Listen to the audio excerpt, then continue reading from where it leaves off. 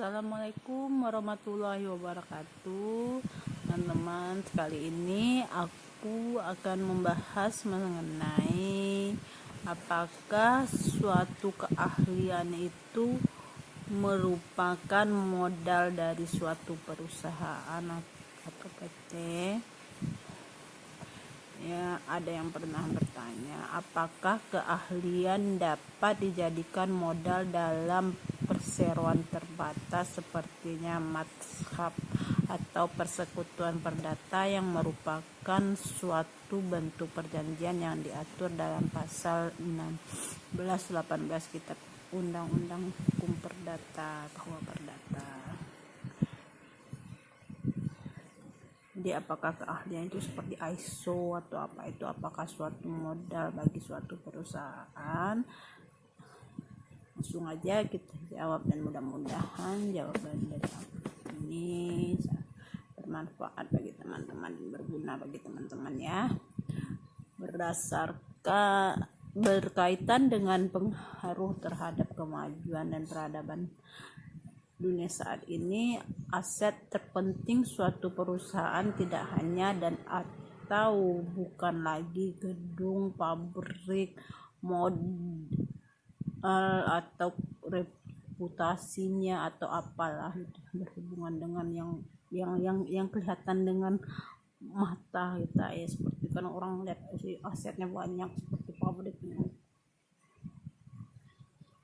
orang melihat ada pabriknya, ada gedungnya bagus, reputasinya bagus, sumber daya manusia atau SDM dan tata informasi ialah dua aset terpenting yang harus diperhatikan, karena lewat informasi yang akurat serta terpercaya sebuah perusahaan dapat merumuskan strategi guna mencapai tujuan dari perusahaan tersebut. Berdasarkan pasal 1 angka 1 Undang-Undang Nomor 40 Tahun 2007 tentang perseroan terbatas, pengertian dari perseroan terbatas atau PT itu adalah badan hukum yang merupakan persekutuan modal didirikan berdasarkan perjanjian melakukan kegiatan usaha dengan modal dasar yang seharusnya terbagi dalam saham-saham. Harus digarisbawahi, melakukan kegiatan usaha dengan modal dasar yang seluruhnya terbagi dalam saham-saham dan memenuhi persyaratan sebagai yang ditetapkan dalam undang-undang ini serta peraturan pelaksananya.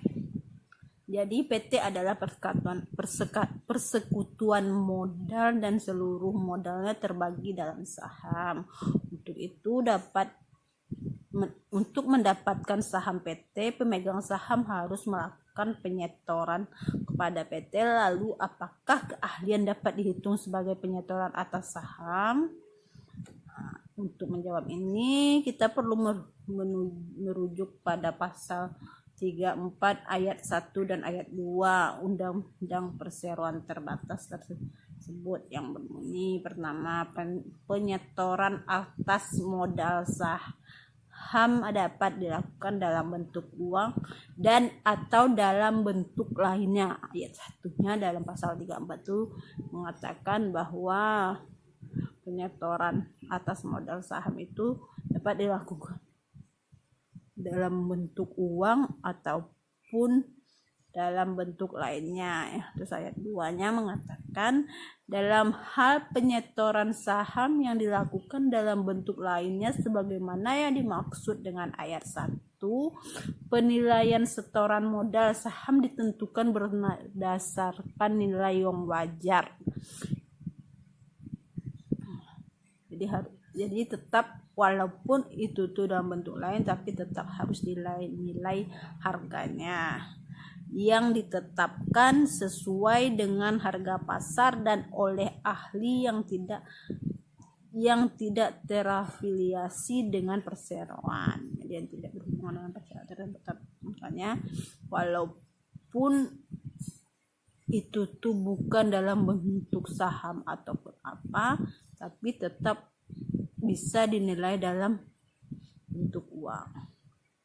Lebih lanjut dijelaskan dalam pasal 3 ayat 1 tersebut bahwa pada umumnya penyetoran saham adalah dalam bentuk uang, namun tidak ditutup kemungkinan penyetoran itu dapat dilakukan dalam bentuk lainnya, baik berupa benda berwujud maupun benda yang tidak berwujud, yang dapat dinilai dengan uang dan secara nyata telah diterima oleh perseroan.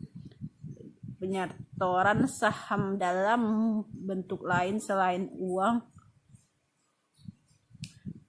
harus disertai rincian menerangkan nilai dan harganya. Jadi walaupun itu tidak dalam bentuk uang tapi harus dihargai dengan nilai, dia harus dihargai dengan nilai uang.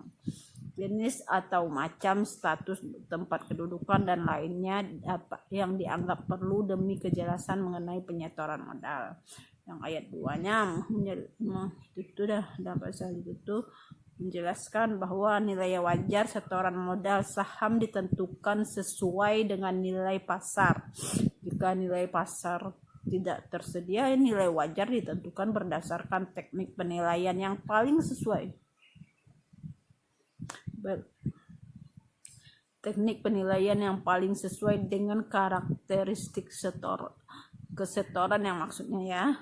Berdasarkan teknik penilaian yang paling sesuai dengan karakteristik sektoran, berdasarkan informasi yang relevan dan terbaik. Memang penyetoran modal ke dalam PT tidak menutup kemungkinan bukan dalam bentuk uang, akan tetapi modal yang akan disetor tersebut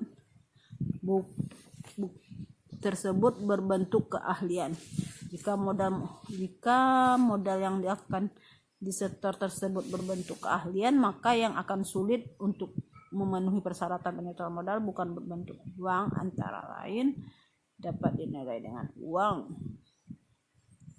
Jadi walaupun keahlian itu bisa disebut dengan suatu modalnya, tapi sulit untuk dinilai dan ditakar berapa harganya, itu maksudnya.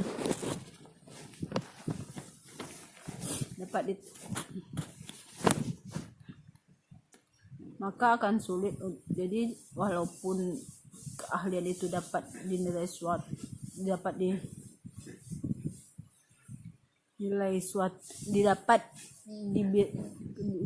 maka keahlian itu dapat disebut dengan suatu keahlian, tapi akan sulit untuk memenuhi persyaratan penyetoran sebuah modal karena bukan berbentuk uang. Antara lain dapat dinilai dengan uang, jadi sulit untuk menilai berapa harganya ya, dapat dinilai uang itu berapa uangnya untuk suatu keahlian itu sulit. Kemudian dapat diterangkan nilai dan harganya, sulit untuk mendapatkan harga dan nilainya suatu keahlian tersebut.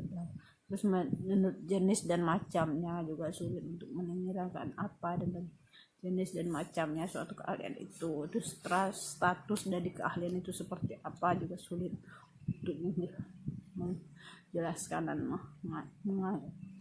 menilainya. Terus menilai tempat dan kedudukan suatu keahlian itu seperti apa juga sulit untuk menerangkan seperti itu. Keterangan lain demi kejelasan penyetoran juga sulit untuk mengira apakah suatu keahlian itu dapat disebut dengan sebagai modal. Jadi suatu keahlian itu sulit untuk dibilang suatu modal karena ya bagaimana nilai dengan uangnya, dapat diterangkan dengan nilai dan harganya enggak. Terus jenis dan macamnya seperti apa, statusnya apa, tempat dan kedudukannya bagaimana, keterangan lain demi kejelasan penyetorannya itu seperti apa. Makanya keahlian itu sulit disebut sebagai modal dari suatu perusahaan. Walaupun tidak secara tegas disebutkan bahwa suatu keahlian tidak dapat digunakan untuk penyetoran modal PT, dalam prakteknya jika dilakukan akan menyulitkan saat proses administrasi mengenai PT tersebut. Misalnya saat pembuatan surat izin usaha dagangnya. Dalam informasi permohonan dan harus tertulis pada saat misalnya nih pada saat pembuatan surat izin usaha perdagangannya kan di sana harus dituliskan modal disetor dalam bentuk uang seperti apa. Dengan keadaan bahwa keahlian sulit untuk dinilai dengan nominal uang, maka akan sulit juga memberi saham kepada calon pemegang sahamnya, karena saham tanpa nominal tidak dapat dikeluarkan. Itu sesuai dengan pasal 49 ayat 2 Undang-Undang Perseroan Terbatas. UPT-nya mengatakan seperti itu. Bahwa modal di sahamnya tanpa nominal itu sulit untuk dikeluarkan, tidak bisa dikeluarkan. Hal ini berbeda dengan persekutuan perdata atau maskap yang di mana dalam persekutuan perdata keahlian dapat digunakan sebagai pemasukan atau inbreng ke dalam persekutuan berdasarkan pasal 1627 KUH Perdata yang berbunyi para peserta yang sudah berjanji dalam bahwa menyatakan bahwa para peserta yang sudah berjanji akan menyumbangkan tenaga dan usahanya kepada perseroan mereka wajib memberikan perhitungan tanggung jawab kepada perseroan itu atas hasil kegiatan mereka masing-masing. Jadi mereka itu sudah berjanji akan menyumbangkan tenaga dan usahanya kepada perseroan itu berdasarkan Undang-Undang 1627 KUH Perdata. Jadi persekutuan perdata itu mereka mengacu kepada sana. Karena keahlian dapat digunakan sebagai pemasukan atau inbreng ke dalam persekutuan berdasarkan pasal 1627 KUH Perdata. Kunci utama untuk benda selain uang agar dapat diperhitungkan sebagai setoran modal adalah harus dapat diukur nilainya dengan uang. Jika memang ada metode tertentu yang dapat menghitung nilai uang dari keahlian seseorang, barulah dapat dijadikan setoran modal PT. Tetapi hal tersebut juga harus melihat pada anggaran dasar PT tersebut. Walaupun nanti ada sesuatu yang menyatakan bahwa keahlian itu dapat disebut dengan penyetoran modal, tapi lihat juga anggaran dasarnya. Di anggaran dasarnya menyebutkan atau tidak apakah menerima keahlian sebagai setoran modal. Jadi anggaran dasar itu menerima atau tidak, itu disebutkan atau tidak mengenai keahlian itu sebagai suatu penyetoran modal. Jadi walaupun tidak diatur secara tegas bahwa keahlian boleh digunakan sebagai setoran modal ke dalam PT, namun berdasarkan penjelasan di atas memang sulit untuk diterapkan. Jadi ya bisa sih bisa, tapi harus ada nilainya. Bagaimana cara melakukan penilaian tersebut itu yang sulit dilakukan, kecuali mereka ikut ISO atau apa, ada ukuran nilainya, ada tingkatan dan tim peninjaunya, baru mungkin bisa disebut keahlian. Tapi dan itu pun bukan modal dari suatu perusahaan, karena itu hanya sebuah reputasi atau apalah yang bisa menjelaskan. Ya mungkin kita teman-teman bisa menilainya sendirilah bagaimananya. Ya, sekian dari aku mengenai penjelasan tentang keahlian dapatkah dijadikan modal dalam perseroan terbatas sebagaimana halnya persekutuan perdata. Dan mudah-mudahan teman-teman puas atas jawabanku. Terima kasih. Assalamualaikum warahmatullahi wabarakatuh.